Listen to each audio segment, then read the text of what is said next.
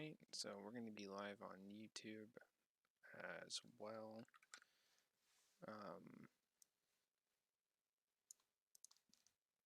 For that IRL club experience. Oh, sorry about that. Let me go see if I can fix that.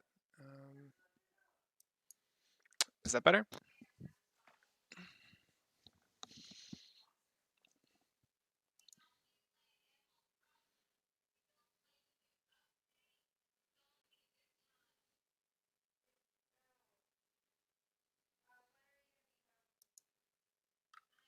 Nice. Actually, 1 second. I forgot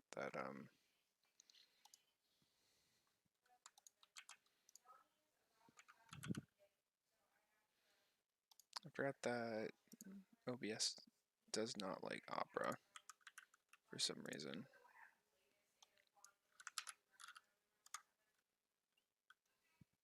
So let me just switch real quick. Or not OBS, Discord. There we go. That should be better. Awesome.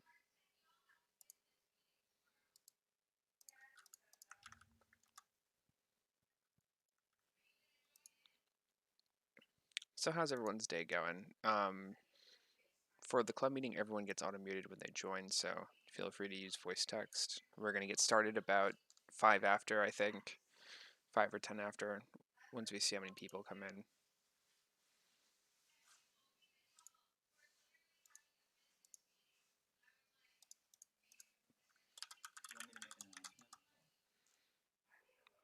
Yeah, that'd be nice.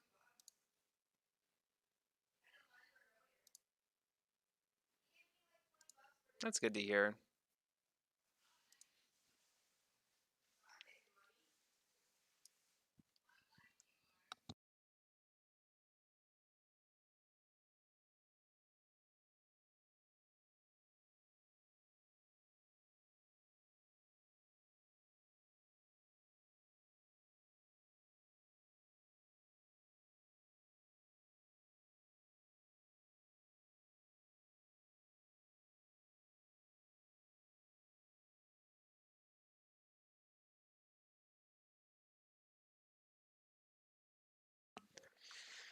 Well, I hope so, Tessa. I can't make any promises. What was the demo that you launched earlier today?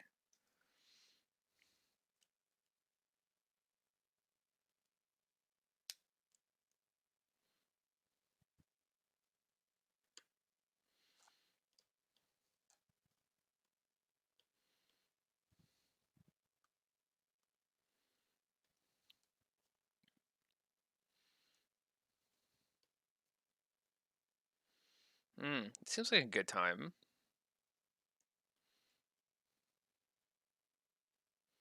Definitely going to be a hard one to one-up.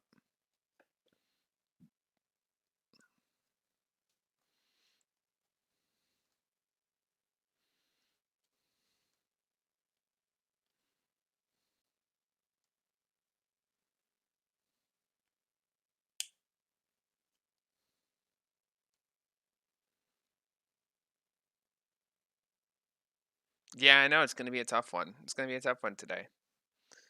It's going to be a little bit of a shorter meeting today, mainly because I wanted like more time for like a QA at the end. So we'll see. Let's see if I can give the goods.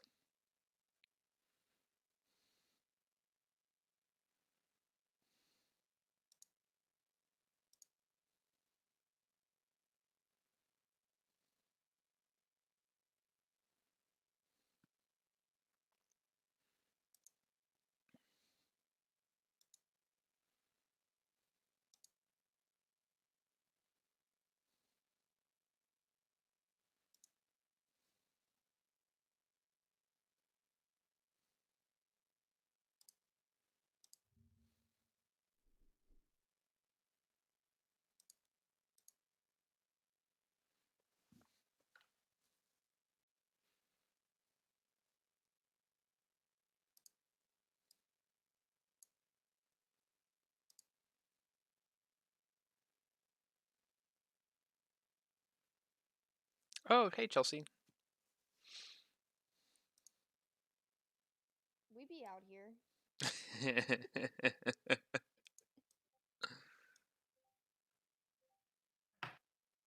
Will here too. Nice. What's up, people? Party people. Correction.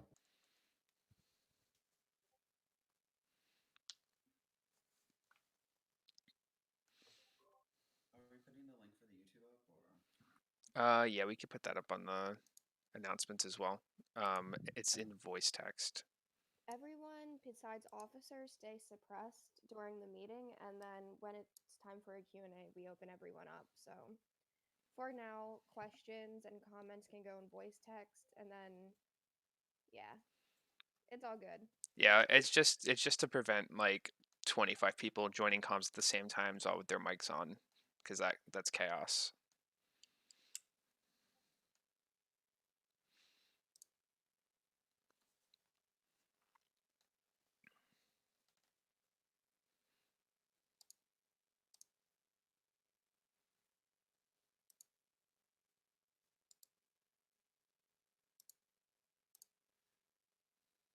We're excited to have you.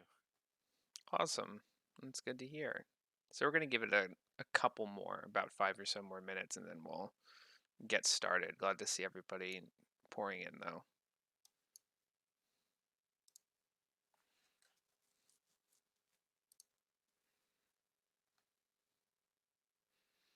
How's everyone's classes going this quarter?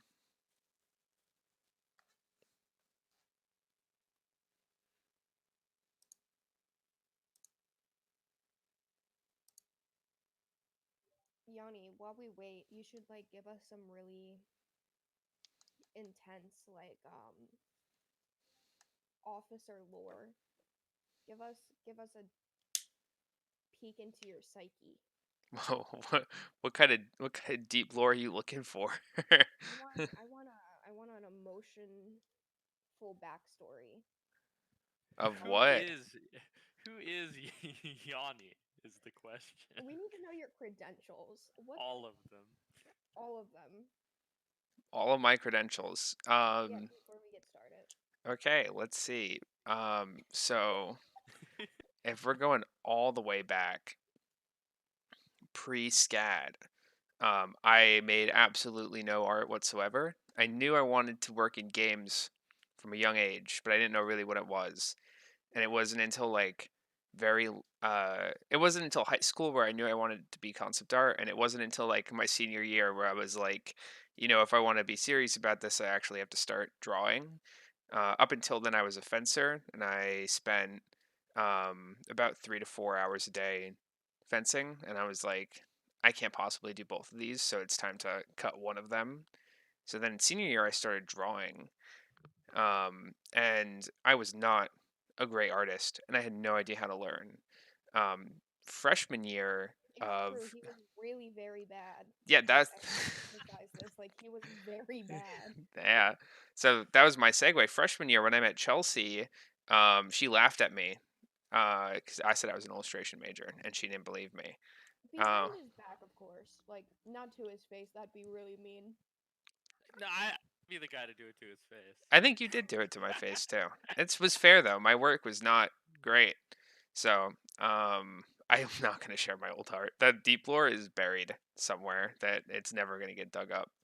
Um, so then I knew a lot about concept art before I started drawing. I very much put like the cart before the horse. I became an artist to do concept art, not an artist finding their way to do concept art. So um, I pretty much watched like all of Feng Zhu's entire library of videos. I was familiar with all of the artists that were kind of in the industry doing stuff. I just never like put pen to paper. So I've just been fostering a concept art eye, and I never trained my hand ever at all until college. So now we're here just playing hand catch up until eventually gets to the brain eye threshold.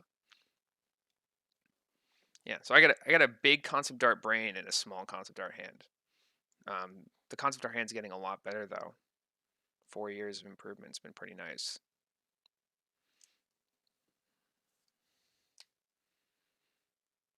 Cool beans. Love to hear it. Love to see it. Yeah, brush miles. Yeah, work hard. Being an Brush underdog, Yeah. the underdog is always great because And it's nobody. always a better story. It is always a better story. That's true. The underdog is at the that always playing from behind and playing catch up. The fiending, you're always Yeah. gonna push yourself harder than the people that are comfortable with where they are. So it's very nice. Not a bad position to be in at all. No, especially in art, I feel like it's kind of strategic to be behind because you're always looking at other people. And the more you're absorbing. Yeah, and you don't come in with a lot of habits too. So we got a lot of people. I think I'm ready to get started. If everyone else is, if that was good enough, deep lore, Chelsea. Um, Is this gonna I be a thing couldn't now? find Do we have baby to? art. I couldn't find baby art, so I'm finding baby pictures for you guys. oh God, Is this a thing we have to do now? Before every meeting, one of the officers has to explain their Drop- the deep Drop lore. deep lore? I think I'm it's pretty a sure good thing. Will's was last meeting. Wait, Yeah, did I share deep lore? Yeah. You shared deep lore like twice now, I think. Well, I'm an open book. I don't got much. yeah, same here. I don't mind saying stuff if it helps other people. I say it's good to learn from other people. I know It's never Zach's good to hide these definitely things. dropped the deep lore in a club meeting before. Oh. That's how we got Hognog. Yeah. Zach doesn't do it vocally. It just kind of trickles in throughout the various chats of the club. It was good. No, Yeah. that one was definitely a We- very we- vocal meeting. That was a good time. The ancient text. The ancient text, yeah. So, all right, I think we're gonna get started. So, today we are going to be talking about, um, I think pre-ideation is a bad word, but it's like the process of ideation before you actually start drawing. Um, it's a process that isn't really talked about a lot, and I think it's probably one of the most important things that you need to be doing as a concept artist, because our job as concept artists is to answer questions. And before we're at a studio, we need to be able to know what questions that we have to answer in our work. When we're working at a studio, or when sometimes in class, we have an art direction or art director. We have art direction. They give us the questions pretty plainly, and it's all about finding the answer. But a lot of the time, that's not as ambiguous, especially if you're doing art that's very exploratory into the nature of what you're designing. And you need to be able to know what those kind of questions are before you start putting your work down, because without it, you're not really going to know whether or not your designs are successful. So, um, we're gonna have to have two reference points for my OG Concept Art Club homies, for my people that have attended meetings. These are going to be very familiar.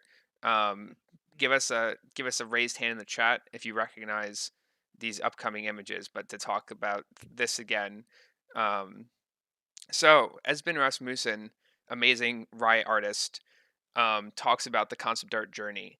The uh, the timeline between that moment you're a wizard Harry, where you pick up the uh, brush for the first time, and the Gandalf the White after killing the Balrog and being reborn as the master wizard and filling your spell book and all that jazz.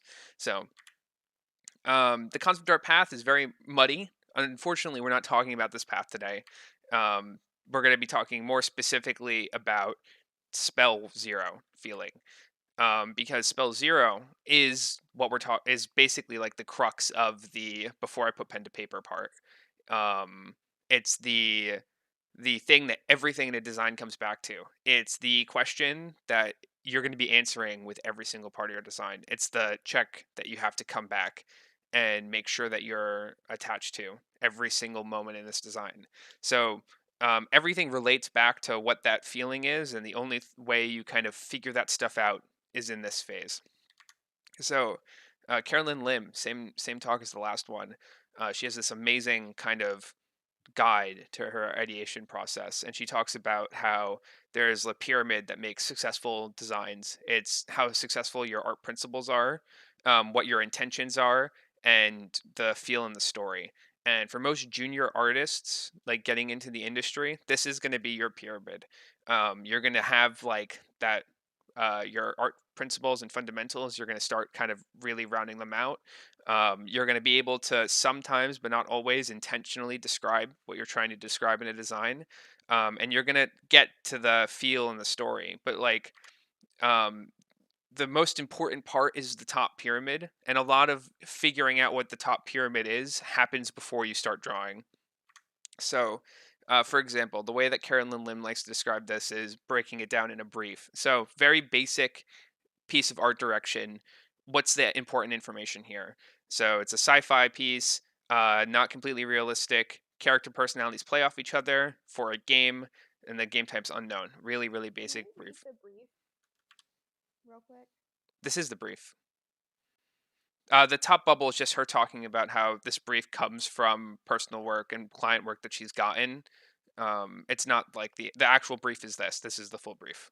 This is like it's just talking about how she got that brief. Um, so um, so most important details here: sci-fi style, character personality. That's the emotion that every part of the pyramid is going to be informing. So, how are we going to be able to get that feel and story, and how well are we going to be able to successfully accomplish what we set out to do? Stylized sad sci-fi girl. So in a game that has character personalities that are at the forefront, having the personality be the first read is really important. For the first part of this, for the first design that she's going to do, she's going to go with sad as an emotional beat, and all the visual language in this design has to relate back to that emotional beat. So to Carolyn Lim, she breaks down sad as an emotion as something that's very personal to her, an interpretation that she only really understands. So brain feels dense and heavy, feels like it might crack and burst, feeling weak, crying and headaches, heaviness from head spreads to the whole body, and being trapped in mind. This isn't really like a basic read on sad. This is a personal interpretation how Carolyn Lim feels about sad, because as designers, this is kind of what our flavor is, right? Our interpretation of emotions and what that means to us. Now, there's a visual metaphor that Carolyn Lim can extract from these statements.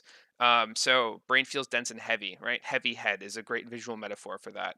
Um, the feeling of things cracking and bursting, it can be like a glass, right? So like a heavy glass head. Feeling weak in general can be like an airy floating feeling. The crying can have a water as a visual metaphor.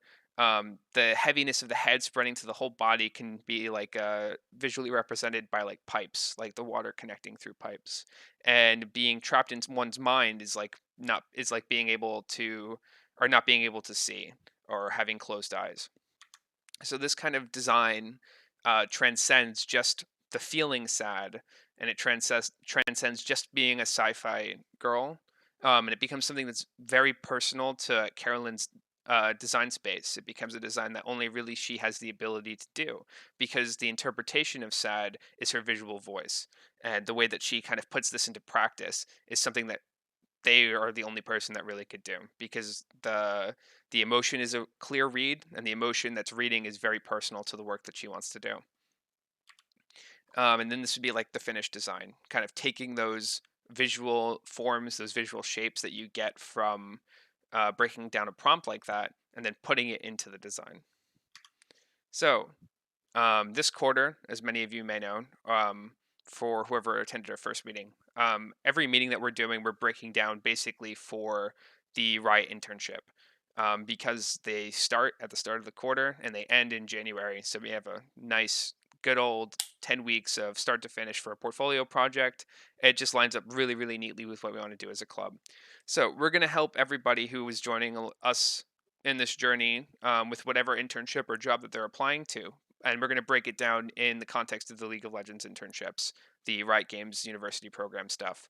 So if you guys are interested in applying to Riot, we're going to be doing a lot of the legwork. You can take pretty much anything that we write down here, and you can just take it for yourself. But we kind of want to give you guys a blueprint, so whenever you're looking at like an internship or a job, and you want to make work specifically for that studio, this is going to help you kind of deconstruct a lot of that early pre-process stuff that lets you get into drawing really good things after. So preparing the portfolio, the questions, what we already know about the League of Legends character internship, and a lot of that we got from last meeting, right? So these questions are things that we have to answer with this design, and these are things that are already apparent. There's not a lot of design work that has to go into them. So, does this fit in Riot's style? These are going to be like pass-fail questions. It does or it doesn't. Does this fit into Runeterra or a target setting? Does this design work in 3D? Does this design work from a top three-quarters camera? And how does this design animate? These are questions that we're going to have to answer and keep in mind as you go through every step of the process. Why is that? Well, because if we're doing something for Riot, if we're doing something for a portfolio like this, if if one of these questions isn't answered or the answer is no, right, the design fails. These are the broadest strokes of the design. This is like the farthest borders that you can push. As long as it answers all of these questions, we're going to be in a Riot design space, and that's what we want to demonstrate in our portfolio. Now, for an example project, we can't really talk about the questions that you would kind of start to ask yourself without going into like how you would construct a project like this. So for the character design internship, these are 3 example projects that you could do to kind of put yourself in Riot's design space. And we're going to break down the questions that you would find yourself looking for in each of these projects. So for a champion design, these are in like a hierarchy of most legwork that you have to do to least amount of legwork that you have to do. So since Riot operates within an already established world in League of Legends, Runeterra, the first thing that you have to ask yourself is, what are the origins of the champion that I'm designing? What region does this champion come from? We ask ourselves this question because Riot has an established visual voice in a lot of these regions, and it's going to help you immensely when you are able to go and look at what they've already explored in that design space, and what kind of are the big visual motifs of that design space. What are the feelings that are already attributed to that design space? How can we play around in that design space in an interesting way? Next question: what are the visual motifs and feelings from that region? Pretty much exactly what I was just saying. So, finding out the region and what does the region inform on the character is a really, really important part of designing a character in the League of Legends universe. How do you envision this champion playing? This is a very, very important part as a concept artist, because we don't just kind of create characters that do nothing. We have to have like a good amount of justification for how we are pushing a design. A character that plays aggressively reads visually very different than a character that plays defensively. In the same way that, like, when you're playing a tank that's built to soak up damage, you have like a completely different visual aesthetic than a character that's meant to be avoiding damage, right? These are like very important parts of a design that isn't just solved by gameplay. A lot of developers can kind of fall into this problem where you have something that's a really awesome visual design, but none of those problems of the gameplay have been solved in the visual design. So you can have like a dissonance between visuals and gameplay. Good designs read how they are going to play before you play them. They communicate to the player what the expectations of gameplay should be. Um, so it's very important to envision when you're designing like a champion, what are they going to be doing? How are they going to play? What feelings define that champion? So you have a character that's from a region that already kind of impacts or imprints a lot of feeling and visual motifs onto the character, but then you have like the independent part of the character, like who are they? What is their primary feeling? Um, and sometimes it can be like very um, what's it called? Subversive. So an example I would give for that is, they just brought up in chat, like Timo and Ramus, right? Are characters that have like a very subversive read, that because they're just memes. They're community memes. Timo is something that's supposed to be like a cute little scout, but they are actually devil incarnate, and that comes from a lot of like how that character wants to play and how the community interprets that character. Same with Ramus being like a roly poly armadillo, right? Or intrinsically already kind of has like a little bit of like a joke concept in it, and that is a bit subversive about what we want to go for. But the feelings of the champions are usually going to be like the first read of a character, their posture, who they are, how they talk, how they move. That's kind of informed by the personality. So if you look at like a champion like Camille from League, she's authority incarnate. She's a character that kind of wears her authority on her sleeves, and most League of Legends champions communicate their feeling directly on them. There's no like barrier for how a champion is feeling and what they say they're feeling. Um, what are your inspirations? It's a really good idea to ground out your designs, and to ground out your designs, you have to know where your design language is coming from. So, kind of figuring out what's inspiring you and keeping your like reference images and your mood boards really clean and really specific. So, don't just gather like 200 images on Pinterest of cool fantasy designs, but like a subset of like 7 or 8 images that really inform um, who this character is going to be, your primary inspiration. What is evocative of who this character is going to be is really, really important. And then what is the fantasy? So characters that you play wind up revolving around a fantasy, be it either visual or gameplay, about like this is how I want to feel playing the character, or this is the character at their like peak performance.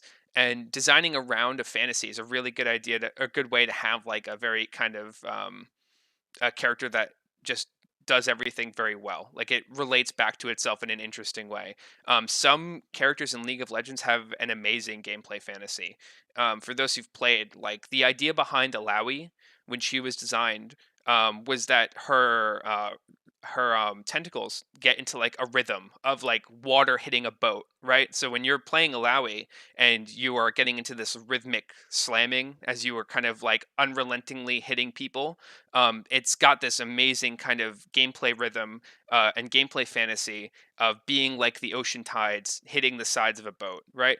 That kind of stuff unifies design, and it's a really good idea to try and keep that in mind when you're going about your design process. So this would be like an example brief. Now, just so that it's a little bit less work to do, this would be a good way to break down the design before you start drawing it. So, Cytherea of Cloudfield is a character in the lore, and they've also like appeared a bit in another game, Legends of Runeterra.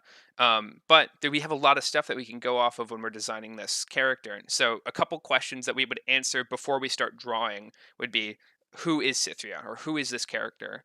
Um, she is a member of the Dauntless Vanguard from Cloudfield who came to the great city of Demacia and began to climb ranks, gaining the respect of many, such as Garen, along the way. She is deaf with a sword, and while she was raised to fear magic, is likely questioning these views, though this doesn't stop her rising through the ranks to become a member of the Dauntless Vanguard. So there we go. We got kind of like a short summary of who this character is, like a very kind of elevator pitch of them. What's important to her design?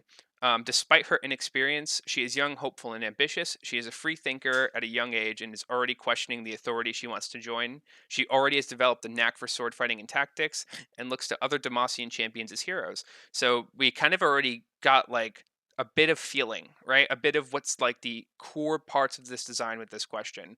The very important aspects that we're going to later kind of define into like one letter tags, right? The first question is who they are. The second question is what's important to them. The third question is what does that mean? Like what do those feelings mean? So if we skip to the bottom real quick, what feelings define this champion? Mainly those two questions come from, or mainly that comes from those two questions, right? Ambition, hope, courage. She has a surprising contrast with her region. She's a free thinker and is sympathetic to magic users. From her region, we also have more information. Nobility, duty, and honor are really important to her too. So, how would she play? Cytherea would be a champion who would draw upon her depictions in the lore and other riot designs. For if I were designing Cytherea, maybe a top laner or a support that's focused on inspiring her allies. A champion, and that's similar to a Demacian Kale that grows stronger as the game goes on, right? You want to play up on like the idea of inexperience, right? That she is incredibly ambitious, but she just doesn't have the time that she's invested yet, right? So a champion that gets stronger as the game goes on, as she has more experience, would be a really interesting kind of design.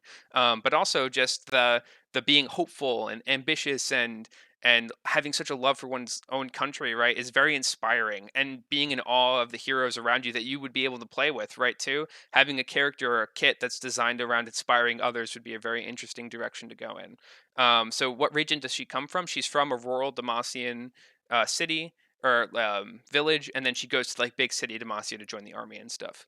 And what are the motifs of that region? Demacia is the law and order region with a prestigious military history. Its people value the ideas of justice, honor, and duty, and are fiercely proud of their cultural heritage. Founded after Runeterra's big magic catastrophe event, there's a deeply rooted anti-magic attitude. The white stone motif comes from an anti-magic stone that dampens magical effects.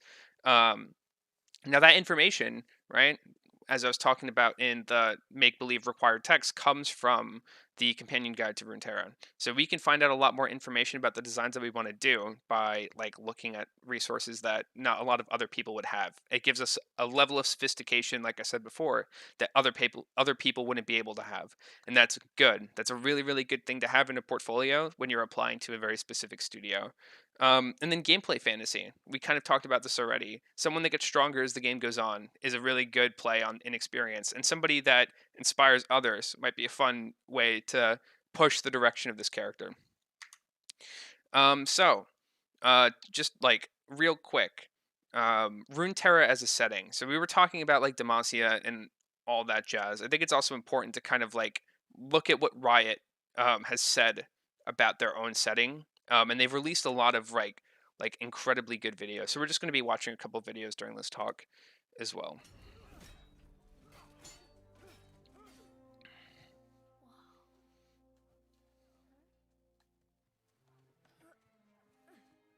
We don't have sound. The YouTube would have sound because Discord is really, really dumb with stuff like that. So I am super sorry. If you guys are watching through Discord, try the YouTube link for a version with sound. You can hear it through Discord? Video? It has sound for you? All right, Chelsea, you are the only one. Yeah, no. Rest in peace. I have audio Fincha. as well. I think it's just Chelsea. Okay, sorry about that. Okay, never mind. Never mind. Wait. Oh, never mind. I have sound.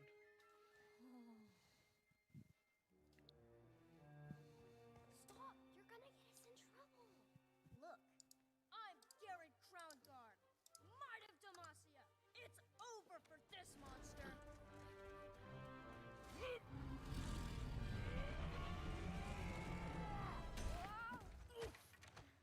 You're spinning the wrong way. Listen, beast. You don't stand a chance against Fior Leroux.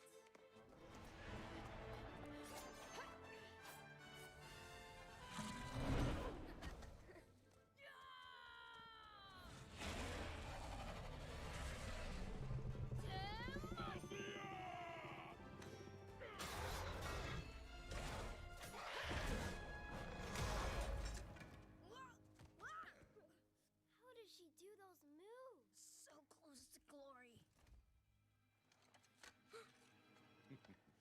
Decent footwork. Need to watch your guard, though. You think they're ready to join the vanguard? Well, they certainly know the flashy stuff.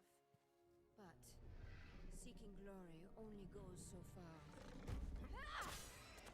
Will glory be there for every failure?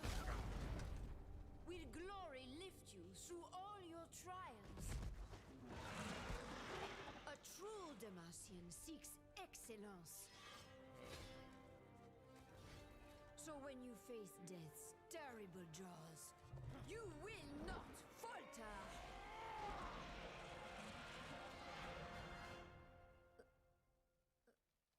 Fiora. You want me to sugarcoat it?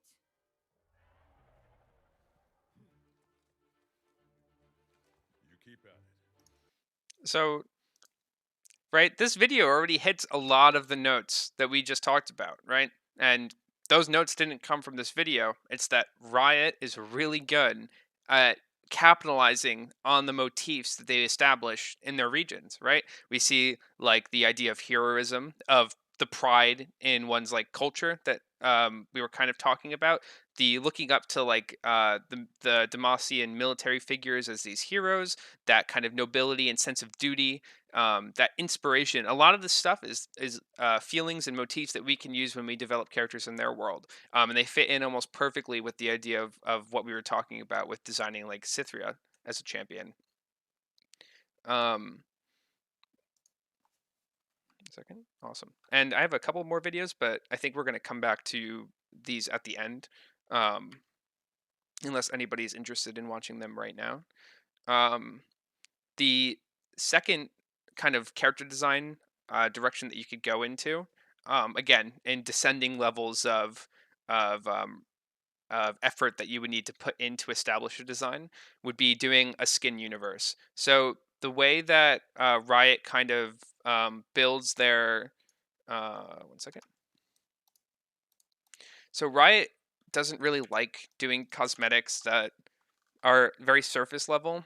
Riot likes to build basically like alternate realities of which their cosmetics exist in, and they establish themes and motifs in a very similar way that they use regions to establish themes and motifs in um, League of Legends champions. So they already have like a ton of these universes, and a good project or a good exercise to do would be to kind of show your voice in a exploration of a different kind of skin universe. Now it requires more effort than just doing like a skin concept or a cosmetic concept, but it demonstrates that you have the design skill to do something like this, which is something that they might be more interested in than somebody who can kind of look at the existing landscape for League and kind of start branching into different territory, more ideas for like thematics that they can use in the future.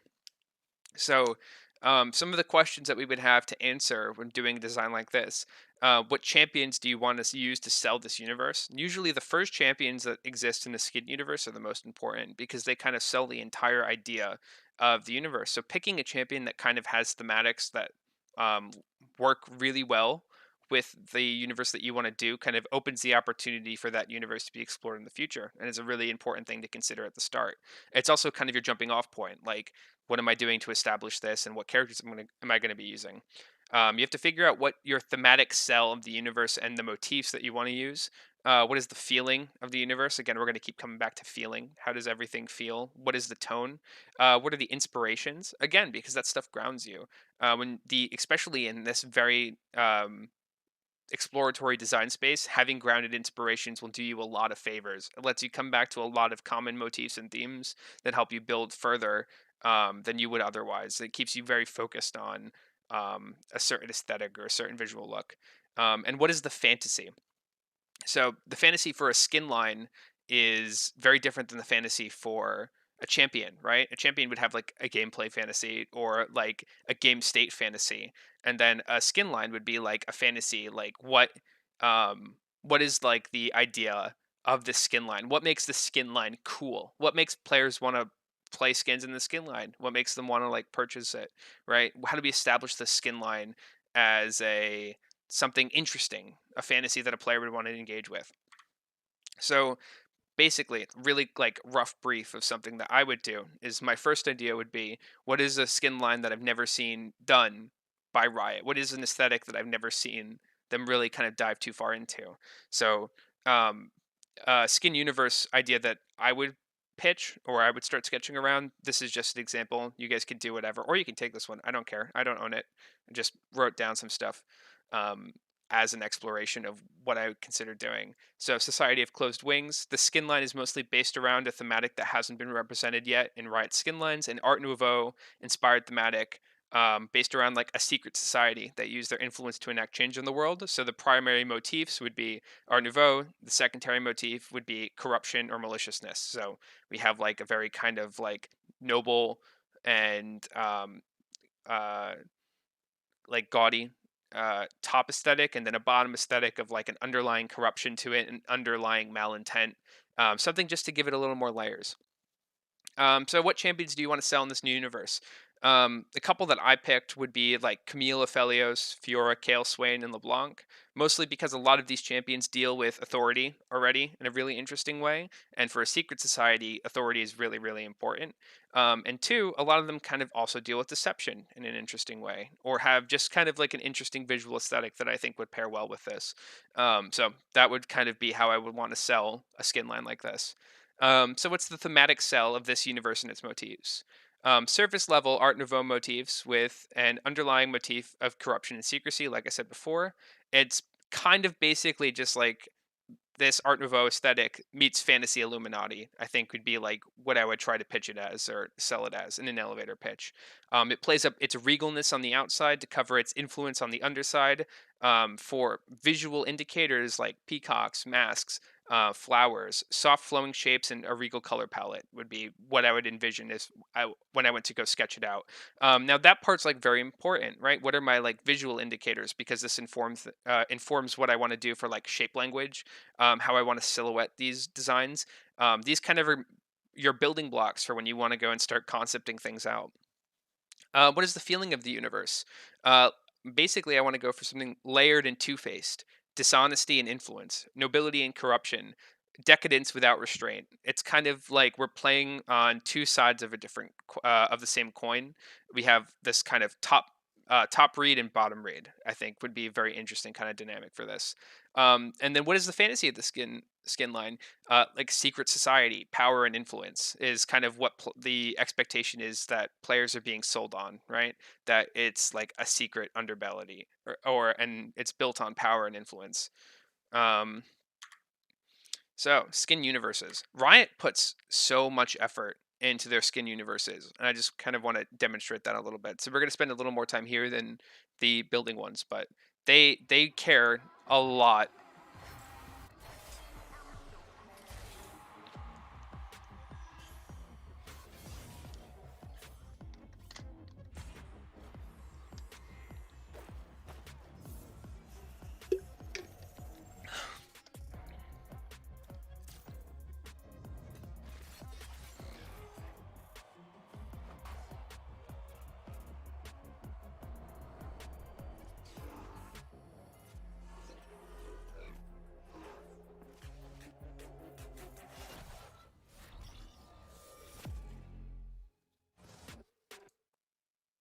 So this is their like third exploration into like a music group, but with League of Legends champions. But the like hip hop underground R&B scene reads super clearly. It's their very big sell for this kind of skin line, and the accompanying media, right, really pushes it. Same for this one. This one's really sick. Not musically themed like the other one, but this one is demonstrating kind of like this far future world. Um,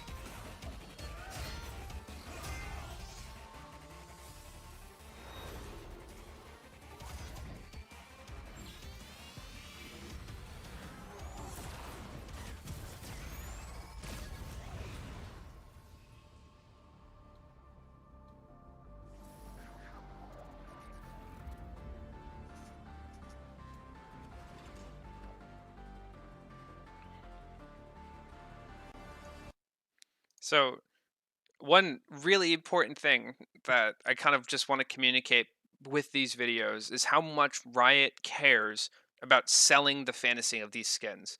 So this is like a two-layered thing.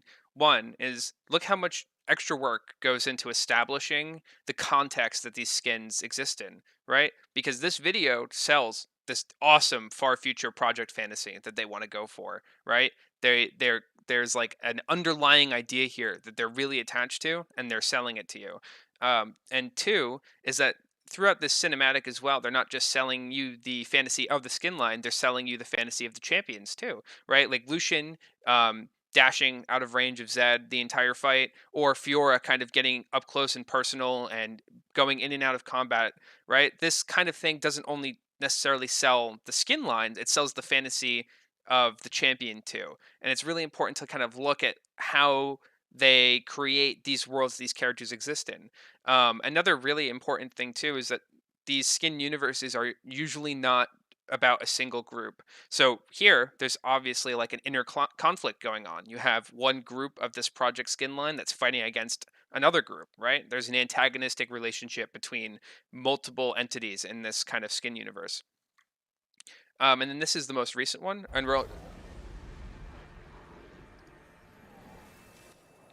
This one's a little shorter too, so.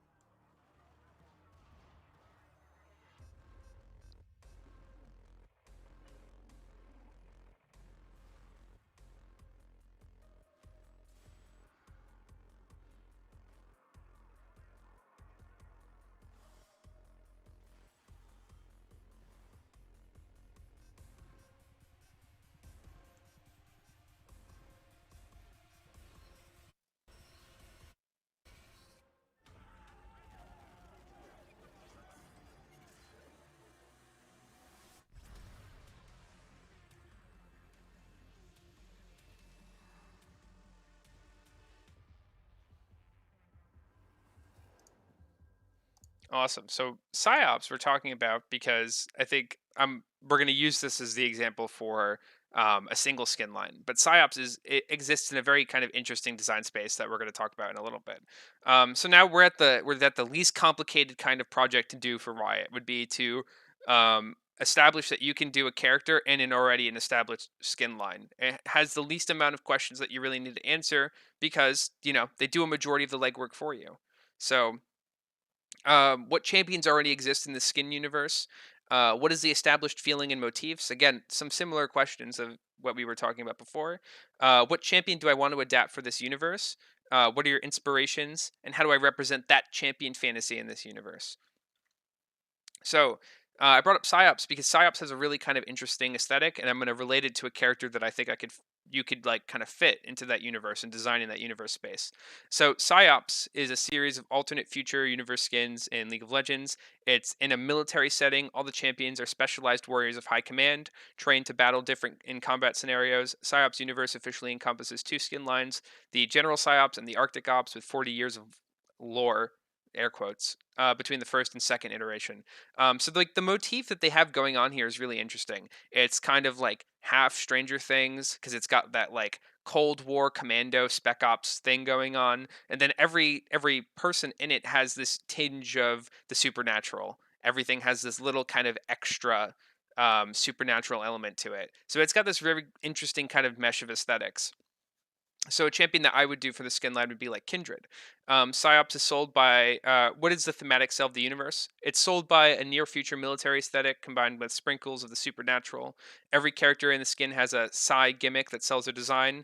Zed ingests an oil-like substance. Sona is an incredibly strong psychic, and Shen has a phantom child instead of a sword, which is weird. It's like just very strange. What is the feeling of the universe? Secret agents and mysteries held only by high command, people that are working together for money collected by an agency looking for those who demonstrate special otherworldly talents. Very similar to like super Cold War Stranger Things. There's a lot that you could go on with the feelings of this kind of skin line. So how would I fit Kindred into this fantasy? Kindred plays on the same motifs that Shen has with the Phantom Child, a direction involving using the spiritual elements to showcase the wolf-lamb relationship in the skin line. Kindred also is based on hunting mechanics. All of her whole champion design is basically she's like a hunter. She is life and death, so she hunts people to kill them. So her hunting mechanics also offer an interesting visual direction and an added layer of design for the skin line. Metal Gear is also a big read for the skin line too. Um, Extremely well, especially like Metal Gear 2, where it gets really subversive and really into like the supernatural elements of the series. 100% another visual direction for it. All right, so that's skin, and now for the other concept art job for Valorant, what are we going to be looking at? Preparing the portfolio. The questions we already know, similar to the ones before, but again from the first presentation.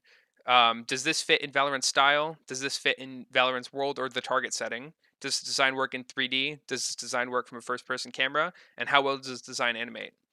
So an example project. So a skin line for guns. Here's what you're going to have to be considering when you make portfolio work for Valorant. This would be the second internship. So what is the primary design element for the set? What guns are in the set? What does the set feel like? What are the inspirations? And how does the set inform other artwork?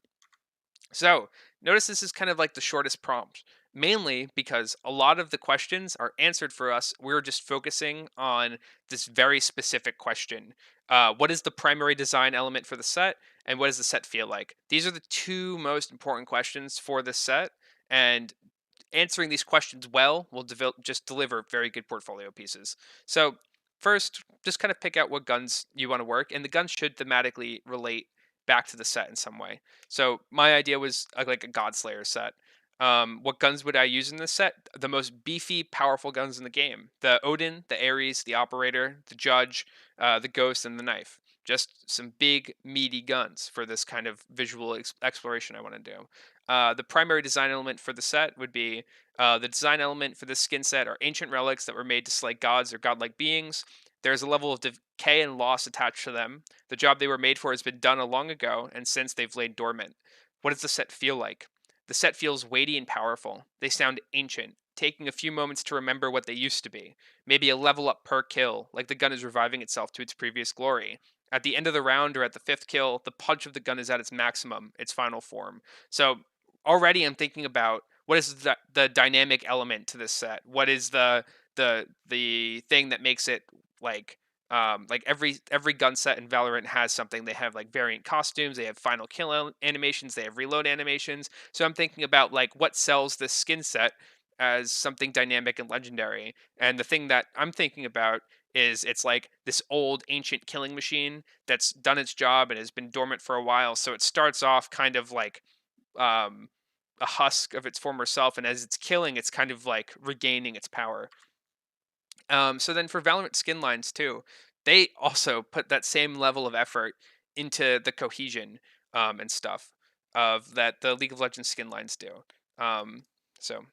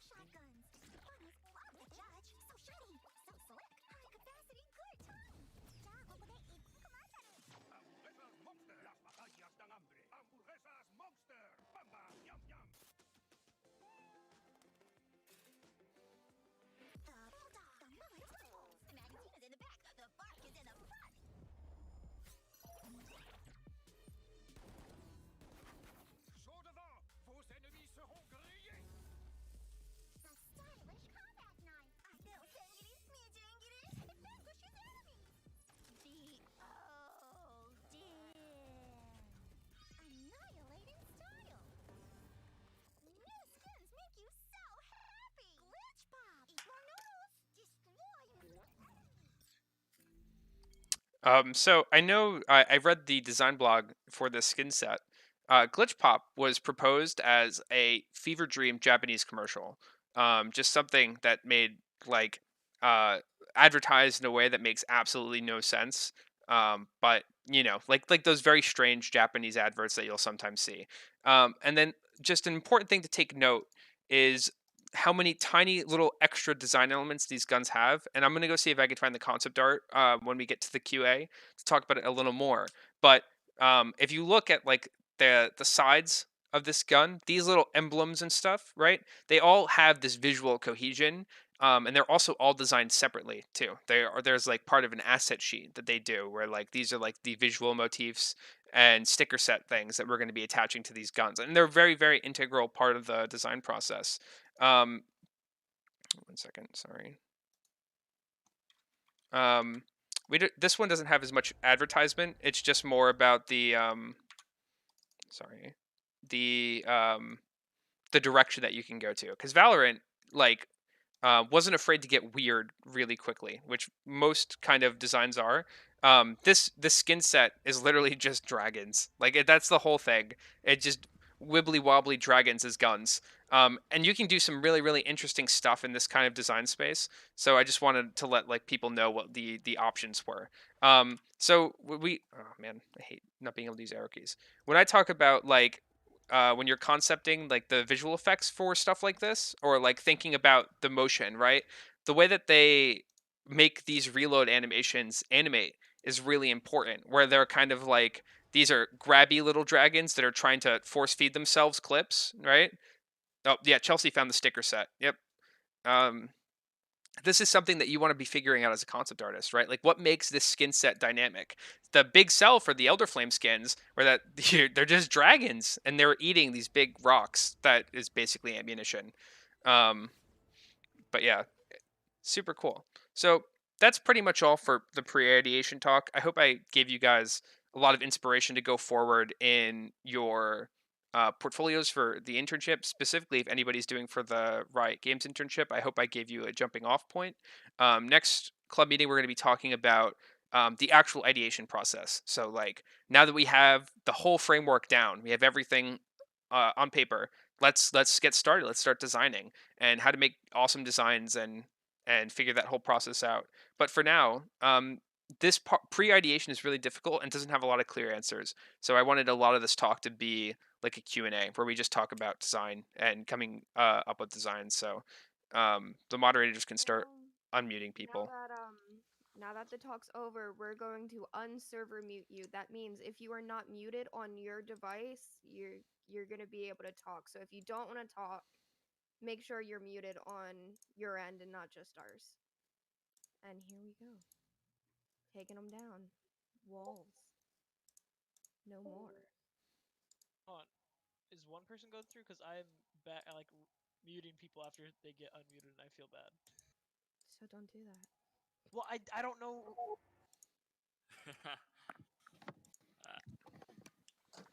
But yeah, so this is just gonna be questions and answers. If there's anything you guys want to talk about, we can go through the other videos earlier in the thing too, and talk about the visual design language and stuff of Riot. And if anyone has any questions about making a Riot portfolio or preparing to make the Riot portfolio, this would be the perfect time to ask them. Well, I'm kind of confused because I have no idea what a skin line is or like half of the stuff you've been talking about for the past like 30 minutes. So I've been really lost. Um, too. I searched the meaning of skinland online and I don't know what is this. Awesome. Yeah. So, if you go and check out our previous meeting, basically we're going to be preparing people for the Riot Games internship. But in League of Legends, you have like the characters that you play in the game, and then they develop cosmetics for those characters. Those cosmetics exist in like and pretty much like an alternate universe thing. They do like a lot of writing for them and a lot of design legwork that goes into them, so that they aren't just for like the character. They have like a greater fantasy that they are appealing to. So if you're making like a Riot Games portfolio and you want to be doing work in the Riot Games style, or what kind of work they're looking for that you can design for League of Legends, these are important things that you have to keep in mind when designing cosmetics for the game. Okay. So something I said in voice text too, if anyone was following along, like we're using the Riot internship as the examples And if you do want to apply for these, I mean, you have all of the information now because Yanni's doing it. But what's important is the process that Yanni's showing us while he uncovers all of this juicy riot information, because that process can be used in any application process, whether you're going for a full-time job or a different kind of internship. And so, like, it's just like important to keep in mind, like, Riot loves when you work in their world, and that's what a lot of this was about, was making portfolio pieces specifically for Riot. If you don't want to apply, which, I mean, why wouldn't you if we're doing like a lot of the research for you? But if you don't want to, that's completely okay. Some related project for a different studio might be a redesign or a reimagine of their characters instead of a skin line. So if there's an animation studio you really love and they work on like Dragon Prince, you can take a character out of Dragon Prince and reimagine them in a different context, and that way you're showing you're familiar with their work. You're not quite doing fan art because you're reimagining, you're redesigning something. You're not just taking the designs, but you're working with them. So for other studios that aren't Riot, maybe think about a redesign or reimagine, and that would be kind of like the equivalent to what Yanni is exemplifying with the skin projects and that kind of stuff. Yeah, so like if you were doing like this outlines a lot of the research you would do to go for a Riot portfolio, but if you were doing cosmetic concept for like Blizzard or Apex, they would be like fundamentally expecting a different kind of deliverable, and the most important part is outlining their expectations, and that's kind of what this is doing. It's aligning our design principles, what our final design should be, with the expectations of what they want to see in a final product.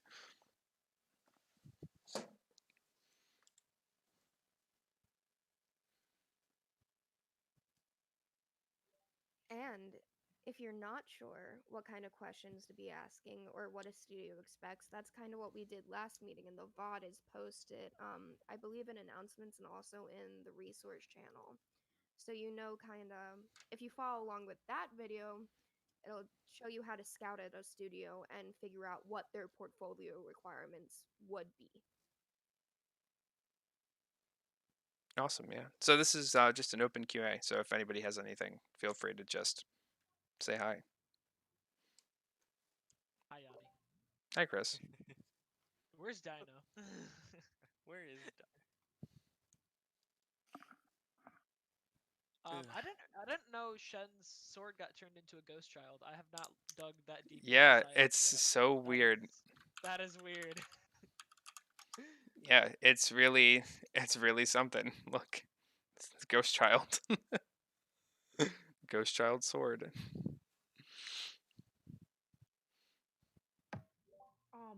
So I wanted to just kind of say something. I was a little bit lost just because I'm not familiar with League of Legends or the other game you brought up. Gotcha. But and I know like you're kind of planning this entire quarter around the Riot internship.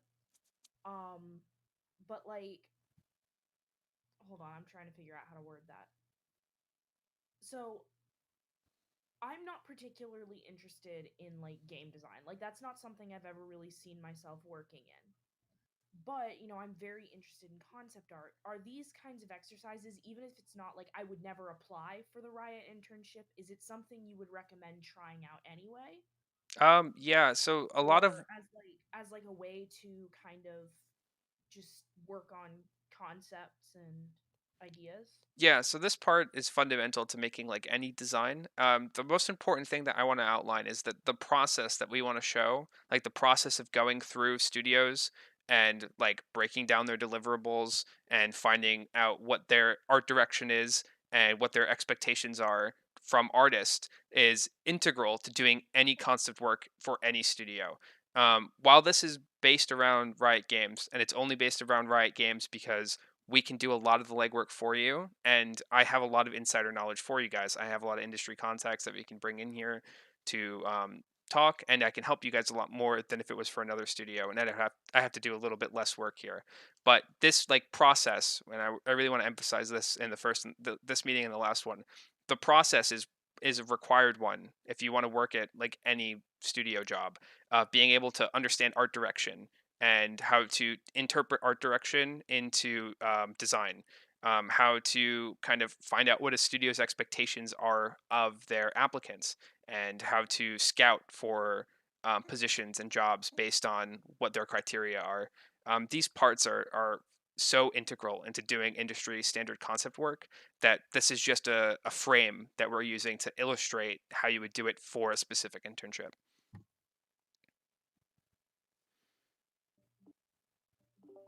Okay. All right. Thank you. No problem.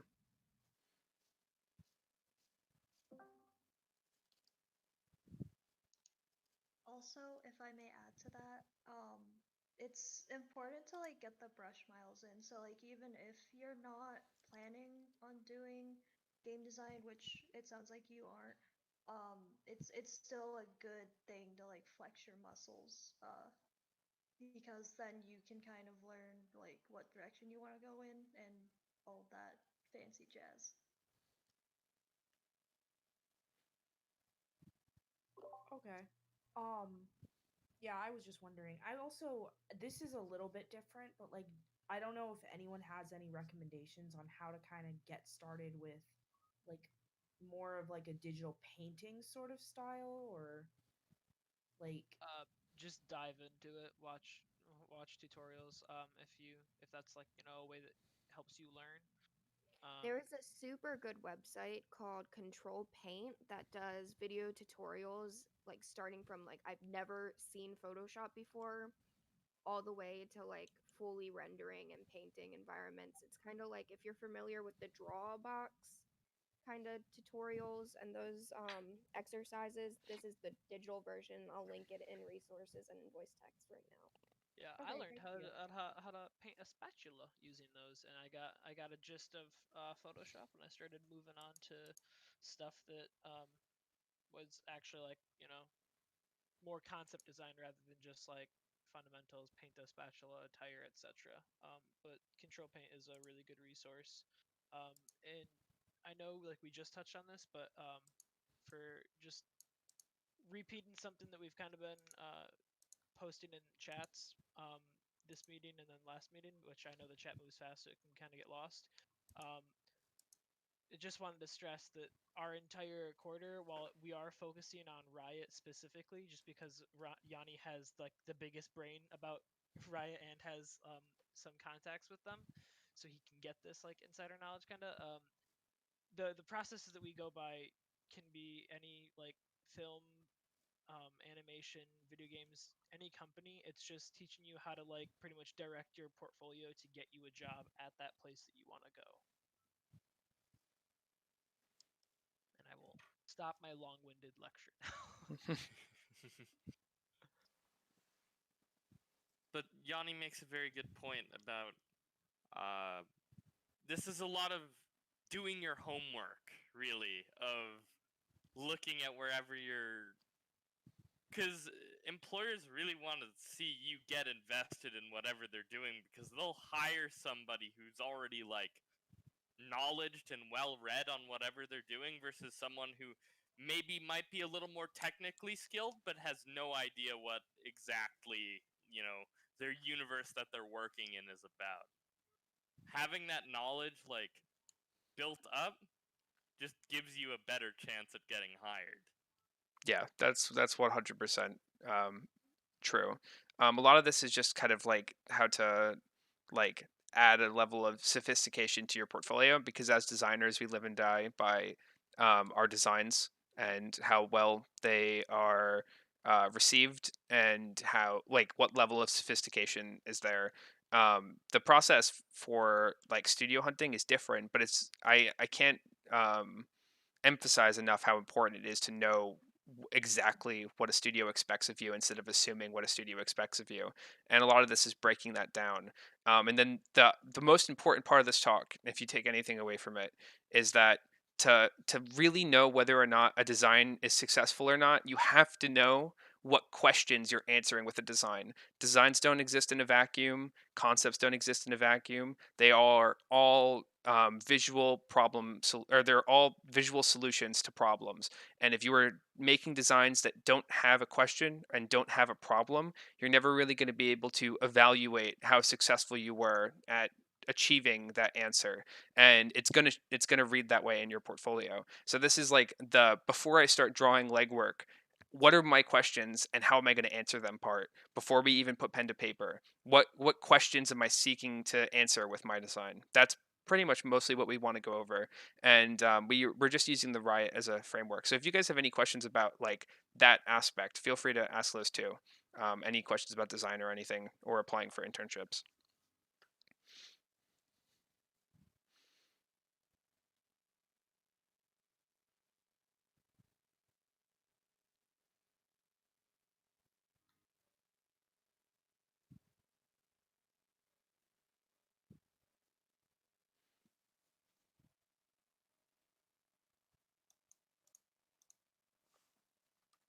My Discord's been freezing because the internet is a little wonky. So. F in chat. Pour one out for Chris, everybody.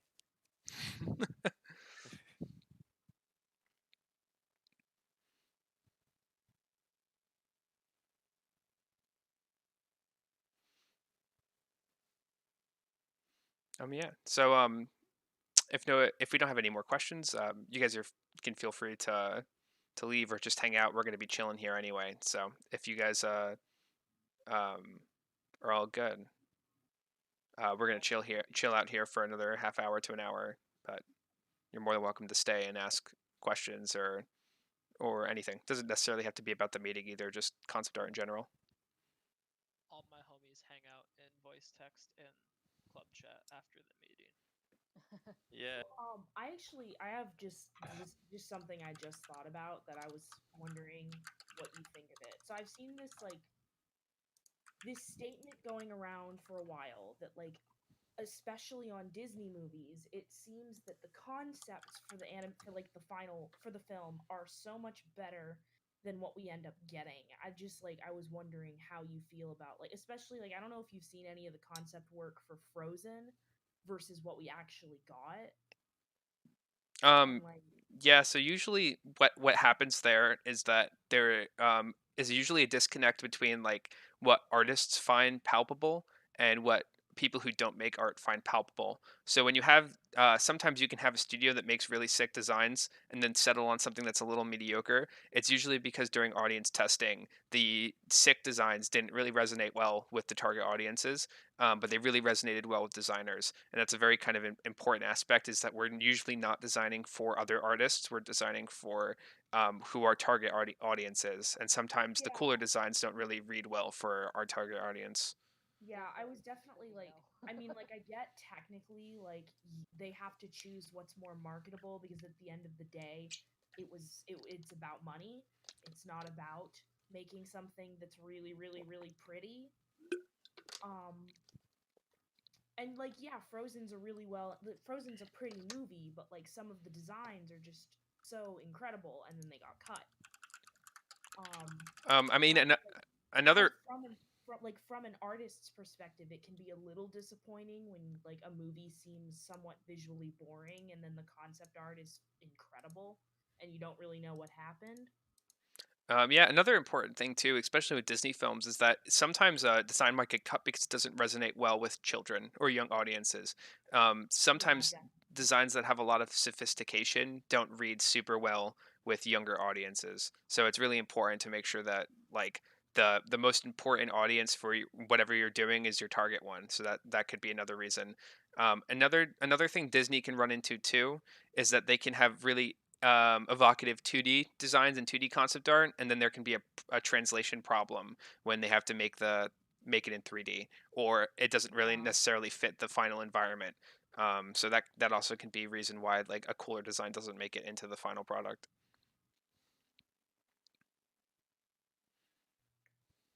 Yeah, I can definitely see how that happens. I only used Frozen as an example just because I think that the style that Frozen is animated in, like the artistic style, is fairly generic for Disney princess movies now. Like it's very visually similar to Tangled. It's somewhat similar to Brave, although Brave was Pixar, not really Disney. Um, but like I just it's an example I see tossed around a lot. Um, and I thought it was kind of an interesting note. Yeah, I think something to keep in mind too with Frozen is I think one of the objectives of the second Frozen movie was to really amp up the level of photorealism in the environments, and I think that the simplified character designs made those read in a very interesting way because I feel like once you get into a more complicated design, you can get into like this very strange style dissonance where they just read really mismatched. But Frozen 2 had a very interesting aesthetic where you had some of like the most photoreal 3D environments I've seen for a Disney film, and then very kind of simplified characters on top of it. And just because of like the level of stylization and the simplicity of their design, it was pretty much the only reason why it didn't feel like it was hugely disconnected. And that can be like a driving factor in whether or not they want to choose a certain kind of design.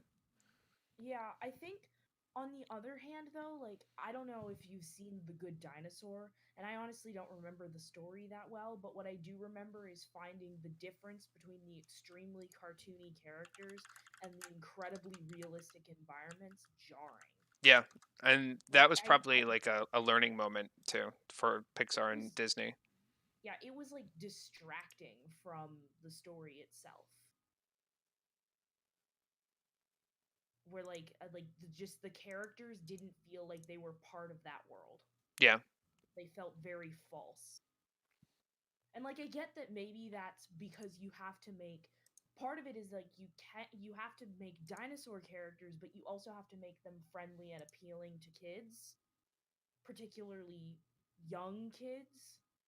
And I think with dinosaurs that is a lot of people, at least like people are like my age, would probably want to make a dinosaur really, intimidating, this really a monster, because that's kind of how we see dinosaurs in a lot of media. But for a little kid, when you're telling a story about like a dinosaur and his pet human, you have to make the dinosaurs seem like soft and friendly.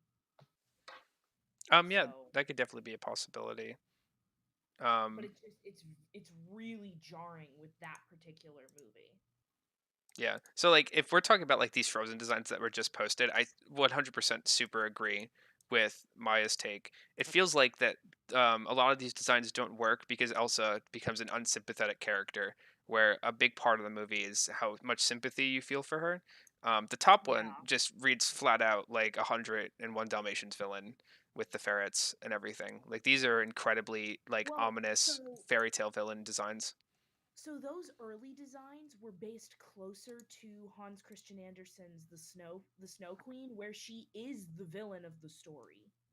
Yeah, yeah, no, So definitely. But once you kind of make that, it was when they changed that we started getting closer and closer to like what you've just sent, or what Zach just sent. That's like it's much softer and it makes her seem less like a villain. Although here she still looks a little villainous. yeah, I agree. I'm Um, just kind of like giving the argument for why they would move away from designs that were like very yeah, visually yeah. interesting. But No, I definitely understand that, and I don't have the book for Frozen, so I can't I haven't seen all of the work, of course, but I yeah, was I about to think say, oh, I do, but then I realized definitely a really interesting. It's definitely a really interesting development from what was like this really villainous look to this much softer, like almost kind design. I don't know that that's the right word, but I keep saying friendly, and I want to kind of stop saying that because that's not right either. I well, had another question too, Yanni. what is the question? Do you have any advice about complicating designs and adding more detail that stays true to the original concept? I think I would need a little more context on that question. Um, Complicating designs. Um, do you have a can you specify just a little more about what you're looking for? Because my first answer to that question would be that the level of detail and complexity in a design is determined by your art direction, by like who your target audience is and what genre you're doing in. Concept art always should end up looking like the final product. It should always look like what the final in-game render or the final animation render should look like. When we get to like the very specific like orthographic kind of designs where we already kind of figured the question and answered it. This is exactly what it's looking like. Um, so if you could just specify just a little bit more on that question, I can give you a better answer. But my surface level answer would be it just depends on your art direction.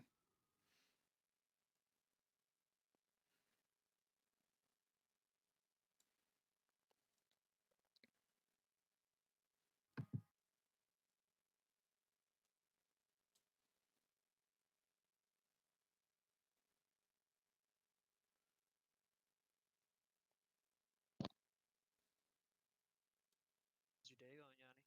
It's going pretty good. It's going pretty good. The real questions. The coming real out. question. Thank you for that. I've got a question. What's up? Hit me with it. So I was thinking about maybe doing like an alternate skin for Apex Legends. Dope. Just because that's a game I actually play. Mm-hmm. And I like, more familiar with the lore and stuff back and all the skins that already exist and stuff that I Legends. But where do I start like researching So like everything that they would. yeah, so the first thing I would do if I was making a skin for Apex Legends is I would look at the skin catalog. And I'm kind of already a little familiar with Apex, and I know that their skin catalog breaks down into character base skin with a color transformation, character base skin with the pattern transformation. So like the like blues and purples are the patterns, and then legendary skins are the only skins that really get like a different model. Yeah. And the concept for the model seems tied to usually the thematic of the battle pass that's going on. So I would also kind of like look for like what would be like an interesting kind of like theme to go for. Apex skins exist in a very kind of like disjointed space most of the time. I think you could get away with a lot. I think the primary aspect that you'd have to go for is would the skin look good recolored, right? Because they like to just recolor a lot of their legendary skins.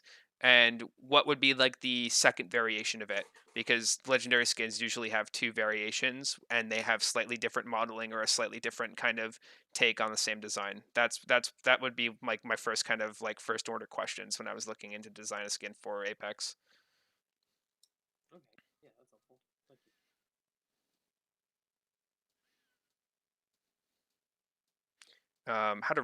How in a research capacity to add detail and make decisions that bring concept forward to better complete the brief. So basically, again, this is going to kind of depend on your art direction, but this is a visual library question. It's basically more about like the more information that you have available, the more you know about what you're trying to design, the better and more sophisticated that design's going to be. And then you can bring out different pathways of that sophistication by just doing a lot of ideation. So the more you thumbnail about something that you're very confident in your knowledge about, you're going to kind of start naturally developing answers that not a lot of people have gotten to before, just due to you've already tried the simple answers early in your development and you know more about this subject than other people would at the time. And the way to get that kind of visual library is to just like be passionate and about the things that you're drawing and the details that make up the things that you're drawing. Like be an active learner, and go in and experience the world, travel, do all that fun stuff, so that you have just more information to draw on than you otherwise would have.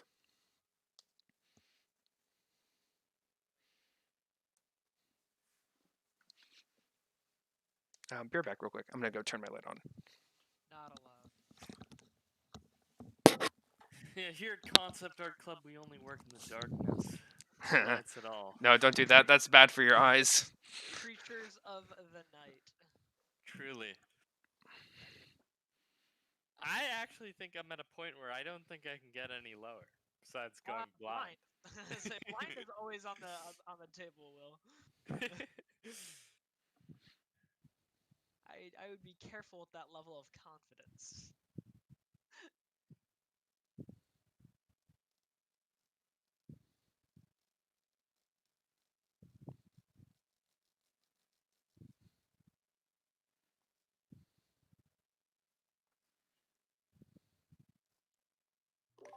I just wanted to say this was really interesting, and I'll probably show up for next week's meeting. Awesome. Thank you for coming I by. think I'm gonna go now. Okay. So It was great having you.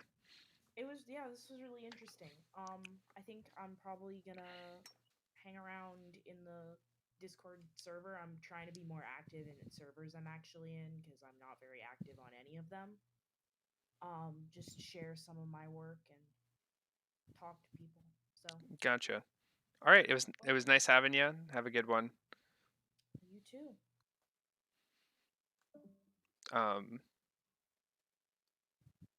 Yeah, another so like this is just kind of like tangential since we're doing QA. You guys can interrupt me at any time if you have a question, but something that's like interesting to keep in mind and why I wanted to bring up these like lore videos is for like the riot style. Um this Demacia video that we just watched earlier today, right? And it's the like law and order region. Its visual motifing is very like good. Like they are like the good guys, but like there's an essence to Demacia as a region that's really like we're not really the good guys. They just have like a lot of authority. They have a lot of like contempt towards like magic users, and they have like a lot of focus on like their cultural heritage and like being Demacian. So outsiders usually just don't get a pass. And that this video thematically, You're the reads. Noxus one to That's shoot exactly what I'm going to do. contrast. Thank you, Will. Yeah. So thematically, this video reads like a propaganda video, right? Where we have like two young kids that are looking up to their military idols and joining the cause, the noble and honor and the duty, right? And then Noxus, right? The bad region, but the bad region that focuses more on the choice of individuals than the authority of the whole, is filmed much more about like a grounded situation between like complicated people. And it's a very interesting contrast between the two.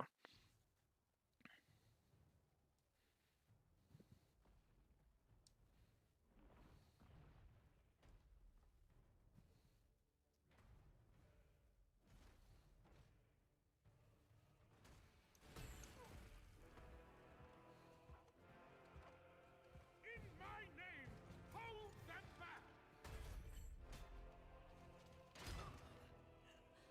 It is over. We have the city. Surrender your crown. End this bloodshed.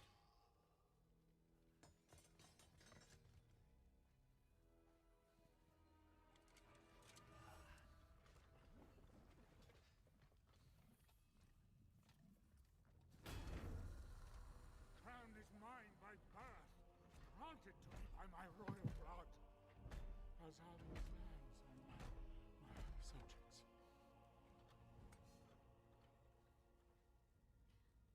You no longer have subjects. Today, they become citizens of Noxus. Rejoice at the end of kings. Noxus offers freedom and fortune for any strong enough to take it.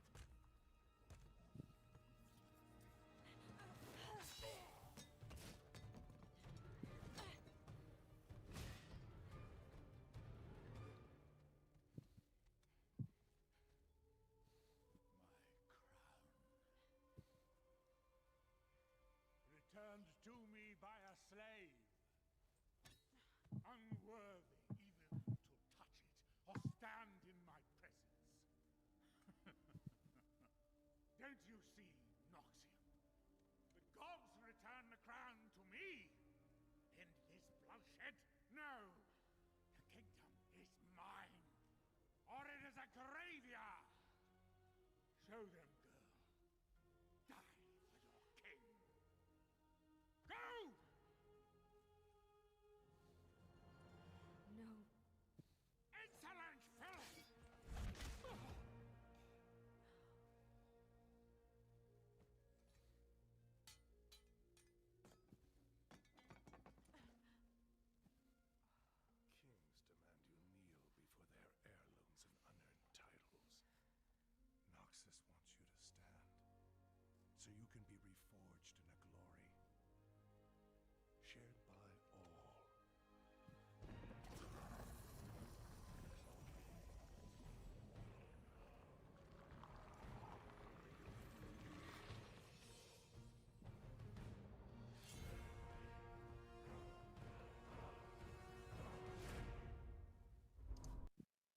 But yeah, it's a very interesting kind of visual contrast of taking good guy motifs and attaching them to like authority and propaganda, and then taking the bad guy motifs and attaching them to like the reality of the situation, like where they're doing kind of like not the best people, but their actions are doing something moderately more good.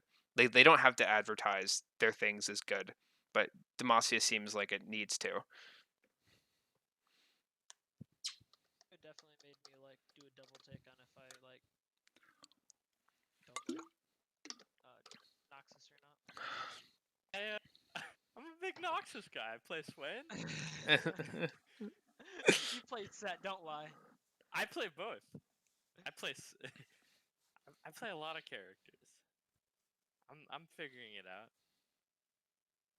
I'm new to the game.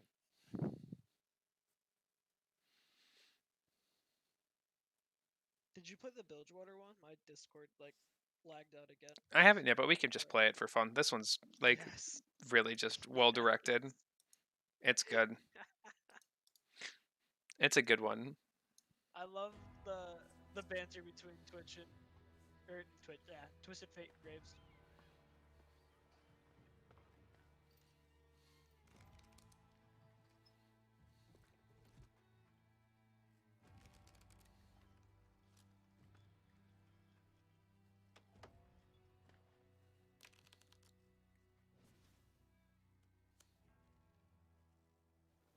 Seems like I'm the one holding all the cards now. Well played, Captain. You finally landed me. Don't flatter yourself. I'm after a bigger fish. Your partner. Now, Graves is too smart to walk into a trap. If you think he'd be stupid enough to bash... Let him go and nobody gets hurt. Damn it. Dumb luck is a gift of his. Oh, is it?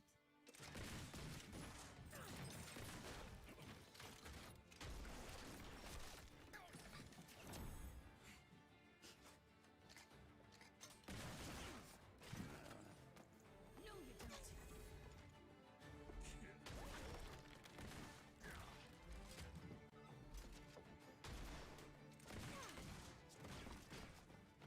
I got you, brother. Much obliged.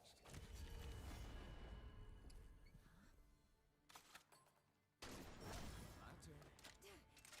All right, Missy Fortune. Nice and easy. Don't make any more trouble. Okay, you win. So who gets to collect my bounty? Well, by arrangement, we always split 50-50. Now, hold up, 70-30. What are you talking about? I'm pretty sure I just saved you again, which means I get the bigger cut. Perfectly under control until you came far. You were upside down like a piece of meat. Call that shit. Get your elbow out of my mouth. That is not my elbow. Stop moving. You are a very large man. As promised, 2 for the price of 1. Excellent. Your quartermaster. Thanks, Captain. You're lucky I like you. These two will make a worthy sacrifice to the beasts below. Prepare yourselves for 1,000 years of suffering. Hold on a second. 1,000 years? Talk this out, right? I'll never miss that scene. Don't worry, this isn't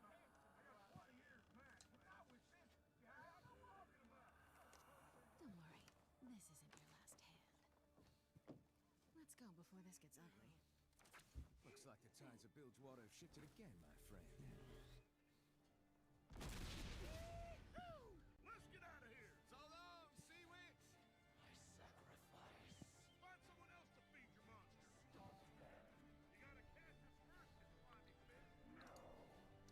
Yeah, that one's just fun. Just good fun. Good banter. Oh, thanks, Steven. Have a good one. It was nice having you.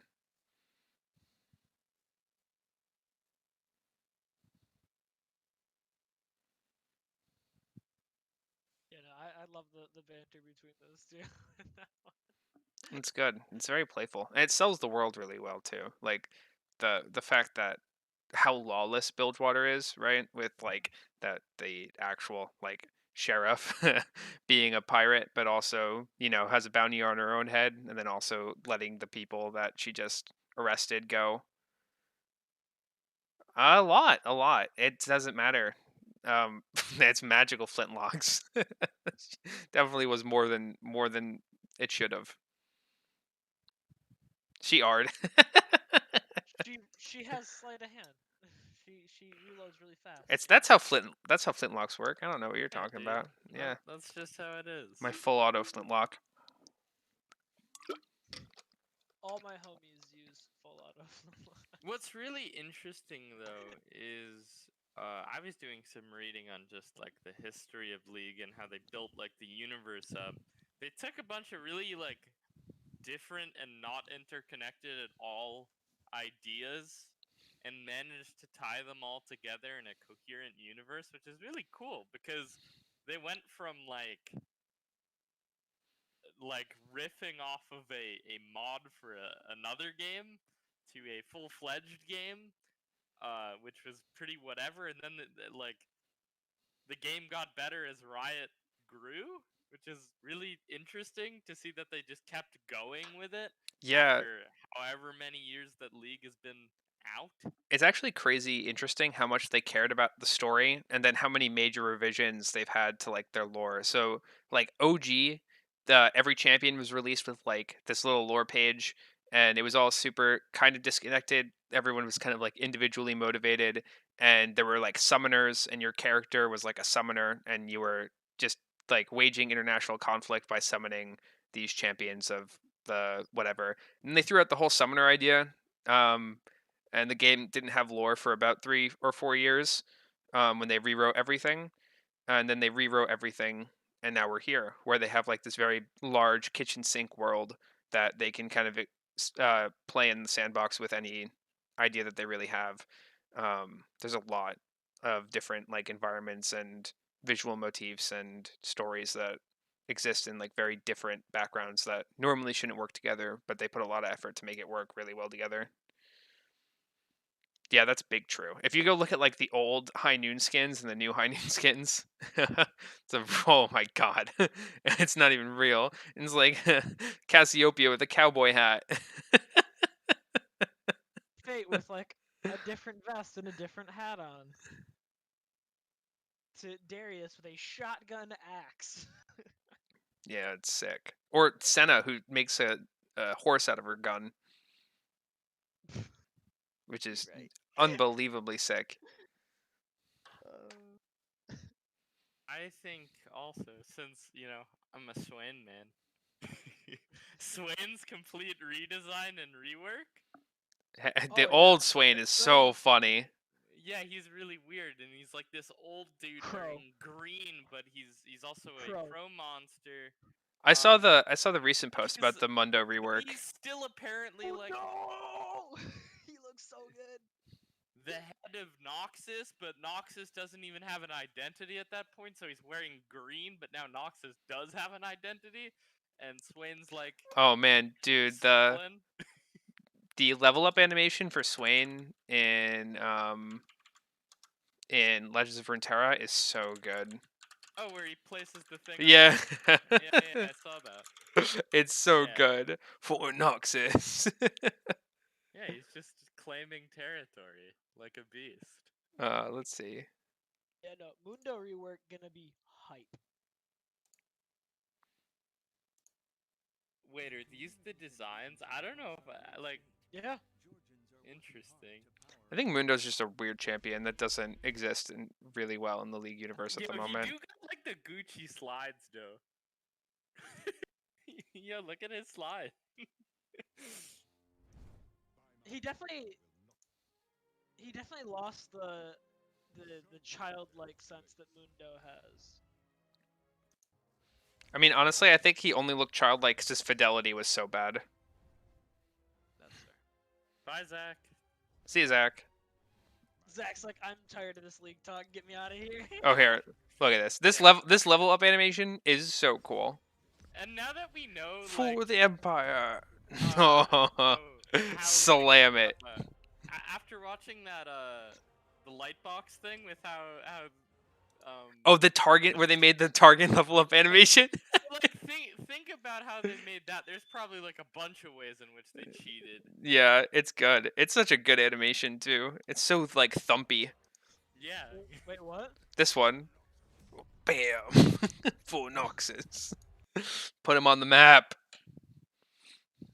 Can somebody explain to me how Slam Dunk Darius's skin fits into the lore? Yeah, there's a whole basketball skin line. That's how they did it. There's only two though. It's Ivern and Yeah, but they have like I'm pretty sure if it's in the here. Dunk Masters. Yeah, let me see. We can read about it. They do lore pieces on all of their skins. And some of them are like for like April Fools releases, you know. They have soccer skin lines too. Oh yeah. Oh, are they? Let's see.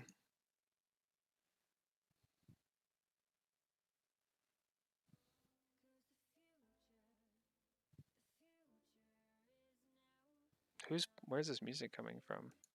The ad? Yeah, it said it was muted. No, it's not part of this one. It's here though. I know it is. It's just Dunk Masters. Dragon Mancer. They also have Demacia Vice. That's a meme one too. Oh my gosh. Garen and Lucian Demacia Vice.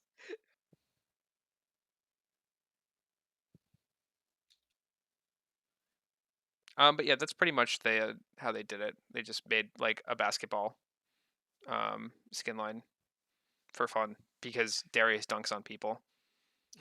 Oh, see you, Ethan. It was good having you.